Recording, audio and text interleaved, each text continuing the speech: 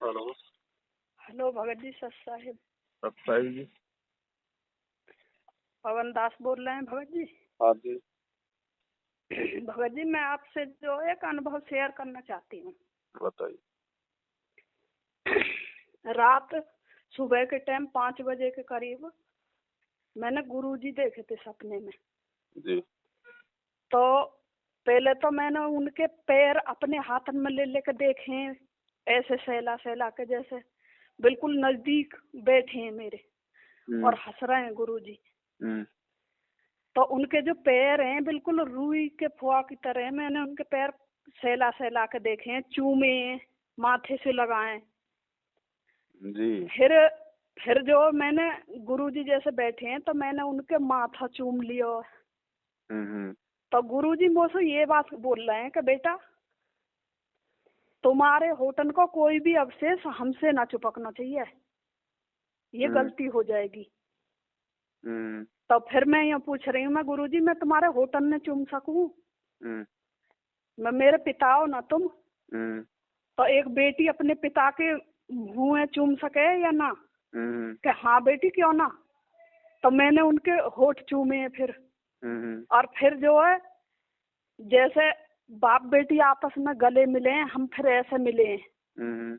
तो उनका जो शरीर है बिल्कुल ऐसा है जैसे रूह को फोआ, बिल्कुल गद्दा की तरह। तो मैं यो कह रही हूँ, मैं परमात्मा, मेरे पिता हो तुम, तो बेटी का इतना अधिकार तो है जी। तो वे यो कह रहे हैं हाँ बेटी क्यों ना, मैं तुम्हारा पिता हूँ, मैं तुम्हारा सबका पिता हूँ। जी। बस इतनी बात हुई है भगत जी। फिर गुरुजी पता न चले गए या मेरी आंख खुल गई। अब मैं ये पूछना चाह रही हूँ, मन का ये मेरा भ्रम हो या सच्ची ये सपना हो? भरम क्यों होगा बहन जी, परमात्मा धरती पे प्रकट है। 27 साल से खुद कह रहे हैं, पिछले 7 साल से आप और हम चिल्ला रहे हैं। अब ये तो आपको और यकीन दिलाने के लिए कि भाई मैं ही परमात्मा हूँ, मैं ही अविनाशी कबीर हूँ, ये विश्वास दिलाने के लिए परमात्मा ने। और ये सौपन नहीं होते बहन जी। अगर गुरुदेव अगर रात को अगर आए हैं तो वो सौपन मत समझो उसे। वो हकीकत ही है बहन जी, सौपन तो एक बहाना है वो। हाँ, और एक दिन अभी 2 दिसंबर की बात है ये भगत जी। एक दिन पहले भी दिखे मुझे गुरुजी। तो गुरुजी जो जैसे आए तो मैंने उनसे जो मतलब बिगर बोले दंडवत प्रणाम करिए, लेकिन मैं अपने मन में ऐसे बोल रही हूँ, मैं गुरुजी कोटि कोटि दंडवत प्रणाम, मतलब लंबा लेट कर दंडवत कर रही हूँ जब, तब मैं अपने मन में सोच रही हूँ ऐसे। तो गुरुजी मुंह से बोल के कह रहे हैं कि बेटी कोटि कोटि आशीर्वाद। तो मैं ये सोच रही हूँ, अरे यार गुरुजी ने तो मेरे मन की बात सुन ली। तो फिर अंतर्यामी उसी को तो कहते हैं, पूरी सृष्टि में एक ही तो है अंतर्यामी। हाँ, तो गुरुजी कहीं आए हुए हैं जैसे सत्संग में आमे, तो फिर एक बाथरूम में गुरुजी बाथरूम की तरफ को गए, तो वहाँ कुछ लड़का लड़की जो अश्लील हरकत कर रहे हैं, तो वो उनमें 2-2 चपाटे लगा कर कह रहे हैं कि यहाँ सत्संग स्थल है, चलो यहाँ से भागो, ऐसी हरकत यहाँ मत करो।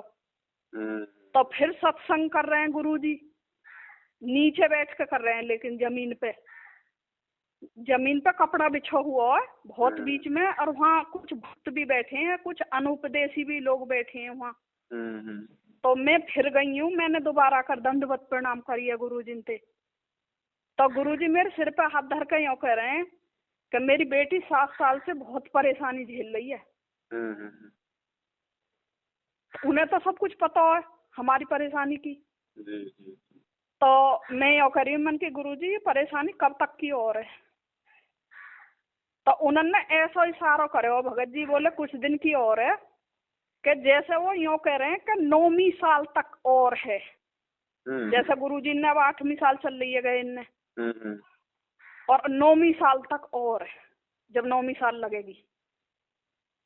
हो सकता है मालिक की दया हो जाए जल्दी। हाँ, तो अब पता ना भगत जी। तो जो आसपास जो वो बिना उपदेशी बैठे हैं, तो वो यूँ कह रहे हैं कि बताओ हम इतनी देर से बैठे हैं यहाँ सत्संग सुन रहे हैं, गुरुजी ने हमें तो आशीर्वाद दिया ना, और या के सिर पे हाथ धर के आशीर्वाद दे रहे हैं गुरुजी। तो मैंने की परमात्मा मन की गति अलग है, ये सब कुछ जाना है क्या किसके मन में क्या चल रहा है। तो मालिक की अपनी मौज है, किसको दर्शन देते हैं, किसको आशीर्वाद देते हैं। हाँ भगत जी, तो मैं तुमसे ये पूछना चाह रही कि एक जो हापुड़ के भगत जी हैं, अच्छा, बुलंदशहर में जो हापुड़ है, वहाँ के एक भगत हैं, उनसे मेरी बात हो जा, कभी कभार फोन हो आ जा उनका, वैसे वे सतसेवक ही बता मैं अपने को। अच्छा। तो वो यूँ कह रहे, जब मैंने उनसे ये बात बताई, ये तो ये वाला जो पहले सपना मैंने तुम्हें बताया था आज ही को है, जो पहला वाला सपना मैंने ये बताया था, वे यूँ कह रहे मुझसे कि गुरुजी जिसको ज्यादा दर्शन देते हैं ना, उसके अंदर कोई ना कोई कमी होती है, इसलिए गुरुजी बार बार उसके पास आते हैं। नहीं। तो मन की अगर कमी होती है तो गुरुजी अपने मुंह से बोल भी तो सकते हैं कि बेटा यहाँ तुम गलती कर रहे हो। गुरुजी अपनी प्यारी आत्माओं के पास ज्यादा आते हैं। हाँ, तो ये कह रहे, बोले हमें तो जो पता ना 2020 में नाम लिया उनने या 19 में लिया, बोले हमें तो आज तक गुरुजी दिखाई दिए ना। मन की मुझे तो जब से मैंने नाम लिया कम से कम 100 बार मैंने अपने गुरुजी के दर्शन करे सपने में। जी जी। और मुझे तो गुरुजी ने मतलब नाम लेने से पहले भी जो आदेश मतलब वो भेजा संदेश, घी के लड्डू भेजे मेरे लिए गुरुजी ने। तो मैंने पूछी है कहाँ से आए हैं, कि स्पेशल में गुरुजी ने वहाँ से भेजे हैं, बरवाला आश्रम से। केवल उनके बारे में मुझे पता ही चली, मैं गई भी नहीं जब तक। सही बात। तो परमात्मा ही जान सके हैं। जब भगत जी हम हर वक्त हम हर चीज भूल जाए, लेकिन अपने मालिक है हम एक क्षण भी ना भूलें। सही बात। क्या किसी भी रूप में हम उन्हें याद करें, लेकिन हर समय याद रखें। तो ऐसा तो हो ही ना सके मन की भगत जी, ऐसा तो हो ही नहीं सकता कि परमात्मा उसके पास आते हैं जो कुछ जिस पर कोई मतलब कोई त्रुटि हो रही है, और फिर परमात्मा मतलब खुश मुद्रा में है। तो ये समझ लो को वो हमसे प्रसन्न है। बिल्कुल है। तो मैंने कहा तुम्हें इस बात का अनुभव कैसा हो जाएगा, तुम 1 साल के भगत हो। हालांकि 1 साल का भगत भी जो 10 साल वाले से आगे निकल जाए, अगर उसके मन की श्रद्धा अच्छी हो। मैं इस बात को तो नहीं कहती, फिर भी मैंने कहा परमात्मा जो अपनी प्यारी आत्मा के पास आते हैं बार बार। देखो एक छोटी सी बात है बहन जी, जो बच्चा साफ सुथरा होता है ना, अच्छे कपड़े पहन रखे होते हैं, नहाया धोया होता है, हाँ, उसको बार बार गोद में लेने का चूमने का जी करता है। बिल्कुल है ना। तो ऐसे ही जो परमात्मा की प्यारी आत्मा और मालिक ने जो भक्ति के जो गहने जो श्रृंगार जो 5 गुण 16 श्रृंगार जो बताए हैं ना, जो धीरे धीरे अपने ऊपर धारण करने का प्रयास करता है ना, उसको परमात्मा फिर जो है अधिक प्यार करते हैं। हाँ, तो उसको दर्शन भी देंगे, वैसे भी प्रकट हो जाएं, वैसे भी कोई अच्छी प्रेरणा करें परमात्मा। मतलब हर प्रकार से परमेश्वर अपनी उस आत्मा के ज्यादातर साथ में ही रहते हैं। तो भगत जी मैं कोई भी ऐसी गलती नहीं करती जो परमात्मा रूठ जाए। अब मेरे घर में 3 बच्चे की शादी हुई है। एक मेरे देवर की लड़की की हुई है, जेठ के लड़का की हुई है, और मेरी एक बहन है बुलंदशहर में, उसके लड़का की हुई है। मैं किसी की भी शादी में न गई। मैंने कह दी मेरा परमात्मा का नाम मेरे लिए सबसे लिस्ट में ऊपर है। जो मेरे दिनचर्या, जो मेरे मतलब जो जीवन की दिनचर्या, उसमें सबसे ऊपर है मेरे परमात्मा का नाम।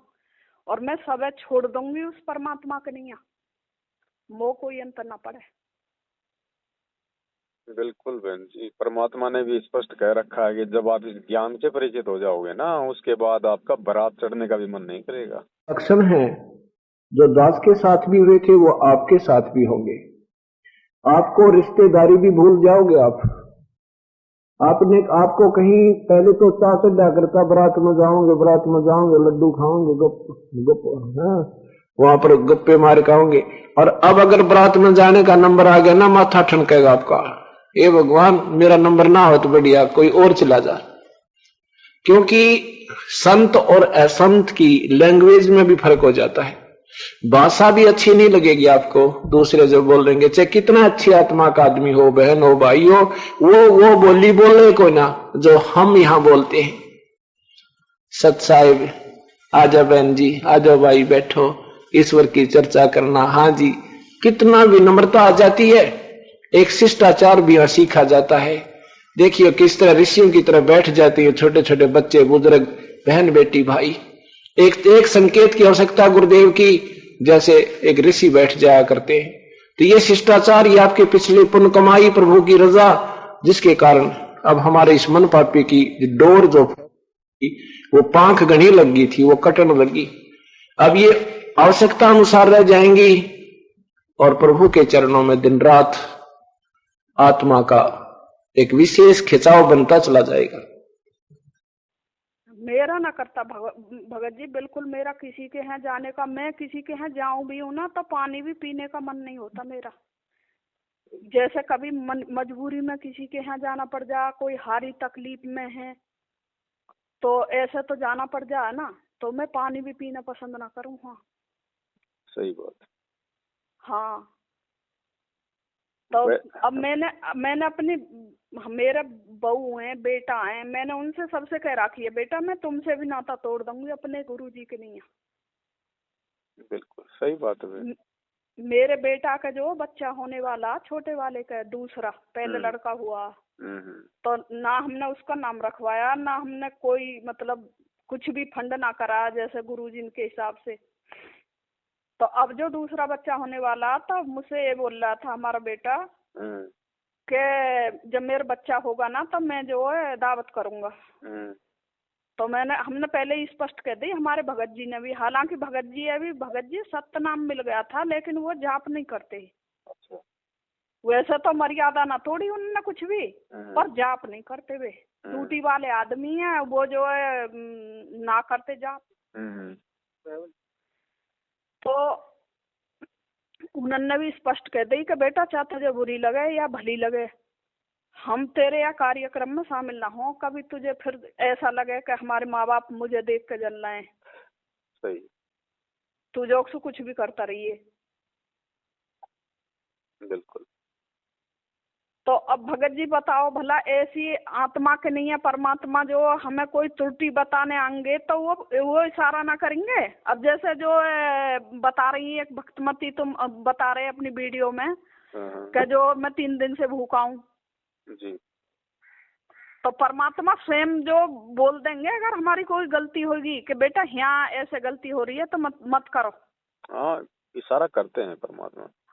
हाँ, लेकिन इतने खुश मुद्रा में परमात्मा, और मैंने जो अचानक ही उनका माथा चूम लिया तो वे न्यों करें, बेटा तुम्हारे होठन के अवशेष जो हमसे नहीं लगने चाहिए, क्योंकि जो ये गलती हो जाएगी, गलती बन जाएगी।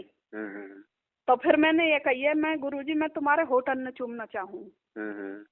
तो वे न्यों करें, बेटा अगर तेरी इच्छा तो कोई बात ना। मालिक के क्या अवशेष लगेंगे, वो तो सऊद स्वरूप ही है बहन जी। ये तो परमात्मा आपके तो अंदर के वो भाव और ज्ञान चेक कर रहे थे कि बेटी मुझे अपने जैसा हाड़मास का समझेगी जब तो पीछे हट जाएगी, और अगर मुझे शब्द रूप में समझेगी तो मेरे होठों के क्या अवशेष लगेंगे। हाँ, शब्द को क्या छुएगा। हाँ, तो ये परमात्मा आपके ज्ञान की जो है परीक्षा ले रहे थे। तो मैं ना तो पीछे हटी और फिर मैंने अपने परमात्मा के गले मिली जी, जैसे हम बहनें एक दूसरे के गले मिलती हैं ऐसे। जी जी। तो मैंने अनुभव करा कि परमात्मा का रूही के जैसा शरीर है। वो तो है ही, इसमें तो कोई दो राय है ही नहीं बहन जी। अगर परमात्मा है तो परमात्मा तो 5 तत्व से दूर है ना। हाँ, हाँ, मालिक तो शब्द स्वरूप ही है बहन जी। तेजपुंज कितने है परमात्मा की, कितने सबूत दे दिए। गरीबदास जी का उदाहरण दे दिया, 650 साल पहले का उदाहरण दे दिया। और दूसरा परमात्मा कहते हैं ना सतगुरु जननी जने जाके माना बाप। जो सतगुरु होगा वो फिर माँ से जन्म नहीं लेता। बिल्कुल। तो ये तो क्या है ना, परमात्मा ने अब आपका भाई कोई मालिक ने कोई संस्कार कोई अच्छा करना था, और दूसरा आप जी के माध्यम से भाई परमात्मा ने बाकी आत्माओं को भी ये विश्वास दिलाना था कि भाई धरती पे परमात्मा है, नींद से जाग जाओ, अच्छे कर्म करो। जो बुरे कर्म कर रहे हैं जो हमारे भाई मैनेजमेंट वाले, उनका साथ छोड़ो, परमात्मा की भक्ति पे ध्यान दो, 5 यज्ञ करो, आगे बढ़ो, नहीं तो रह जाओगे पीछे। यहाँ ना तो कोई भाई बचाएगा, ना बेटा बचाएगा, ना किसी का परिवार बचाएगा, ना कोई मैनेजमेंट बचाएगा। जो खुद ही बचने की स्थिति में नहीं होंगे, दूसरों को क्या बचाएंगे? बिल्कुल। तो बचाएगी परमात्मा की भक्ति और मर्यादा, और वो सब लोग तोड़ ताड़ के बैठे हैं, राजनीतियां करके, आरक्षणबाजी करके, गुंडों की सीबीआई जांच करके, कुपात्रों को ज्योति पाठदान का पैसा देके। तो परमात्मा आगाह करते हैं बहन जी, ऐसे सौपन जो आपको दिए हैं, ये खाली आपके लिए नहीं दिया परमात्मा ने कि भाई खाली आपके लिए ही है। अगर आपके लिए होता तो आप मुझसे बात नहीं करती, ये ऑडियो रिकॉर्ड नहीं होती, ये ऑडियो संगत में नहीं जाती। अब ये संगत में जाएगी तो बाकी आत्माओं को भी तो मन में पूरा विश्वास होगा ना कि भाई हाँ, धरती पे परमात्मा है, हम इस गफलत में ना जिए। अब भगत जी एक बात सोचो कि परमात्मा सब कुछ पता है कि 7 साल से हमारी बेटी कितना दुख झेल रही है, तो सिर्फ मैं ही उनकी बेटी ना झेल रही, पूरे भक्त झेल रहे हैं भाई। चलो भक्तों की तो छोड़ो, खुद परमात्मा भी तो दिखा रहा है संघर्ष करके। बिल्कुल। आप और हम तो क्या संघर्ष कर रहे हैं? अरे कम से कम आप और हम खुले आसमान के नीचे तो हैं। परमात्मा तो एक बंद कोठड़ी में बैठे हैं पिछले 7 साढ़े 7 साल से, तो संघर्ष तो वो है। आप और हम क्या संघर्ष कर रहे हैं, और क्या हम कर सकते हैं? अब भगत जी हम तो इसको संघर्ष समझते हैं ना, जो जो हमें सांसारिक रूप से मिलता है संघर्ष, आखिर वो हम संघर्ष समझते हैं। अपने लिए तो यही संघर्ष है भाई। अब अपने लिए तो यही संघर्ष हो गया। अगर घर में अगर खाने को दाने नहीं है तो बाहर जाके काम धंधा कर रहे हैं, तो वो संघर्ष हो गया। जबकि वो तो अपना वो कर्म है, उस कर्म को ही अपन ने संघर्ष का नाम दे दिया। नहीं भगत जी, ऐसी बहुत सी बात हैं जो घटना हमारे संग पिछले 7 साल में घटी हैं। तो हो सकता है परमात्मा ने जो कोई किसी की मृत्यु निश्चित थी, जो परमात्मा ने उन घटना से टाल दी। नहीं तो वो संघर्ष कहाँ हुआ? वो तो परमात्मा की मेहर हुई ना, जो परमात्मा ने उन घटनाओं को टाला। वो तो परमात्मा की दया कहेंगे उसको हम संघर्ष थोड़ी कहेंगे। तो हमें ऐसा लगे कि हमारा नुकसान हो गया या ऐसा कुछ है, लेकिन परमात्मा की माया तो वो ही जान सके कि उन्होंने हमारे कैसे कैसे दुख टाले, कौन से काम करके। अब उसका तो नाम ही बहन जी दुख भंजन है। बस है बहन जी, मालिक कहते ना संकट मोचन। हाँ, संकट मोचन कष्ट हरण मंगल करण कबीर। हाँ। अब ये तो है ही संकट मोचन बहन जी। असली संकट मोचन तो ये परमात्मा है ना। हम तो हनुमान जी को समझा करते थे संकट मोचन, अब पता चला असली संकट मोचन कौन है, जो उनके भी संकटों को हरते हैं। हाँ, तो मैं यही तो कहना चाह रही हूँ मन की परमात्मा किस रूप में किसके सामने कहाँ कैसे मिल जाए, इस बात को तो वो ही जान सके हैं मालिक। चलो बहन जी, बढ़िया बात है, दया है परमात्मा की। आपका विश्वास परमात्मा ने और दृढ़ करना था, इसलिए मालिक ने आपको दर्शन दिए हैं। अच्छी बात है, सब पे मेहर बनी रहे परमात्मा की। बाकी इस मेहर को प्राप्त करने के लिए अपने जो कर्म है उनको ठीक करना पड़ेगा। संगत को अपने जो मर्यादा है उनको ठीक करना पड़ेगा भाई। परमात्मा से बारंबार अपने कुकर्मों की जो जाने अनजाने में होती रहती हैं, उनकी समय याचना करनी पड़ेगी, और जानबूझ के ना हो इसका तो विशेष ध्यान रखना पड़ेगा। बिल्कुल। इतना ज्ञान देने के बाद भी अगर दृढ़ता हमारे अंदर अगर नहीं आएगी तो फिर कोई फायदा नहीं है भक्ति का। बिल्कुल, परमात्मा तो जो जन्म जन्मांतर से हमारे संग है, ये बात अलग है कि हम समझ ना पा रहे उन्हें। बिल्कुल। चलो ठीक है बहन, दया परमात्मा की है। ठीक है भगत जी। जय हो बंदी छोड़। जय हो बंदी छोड़ के।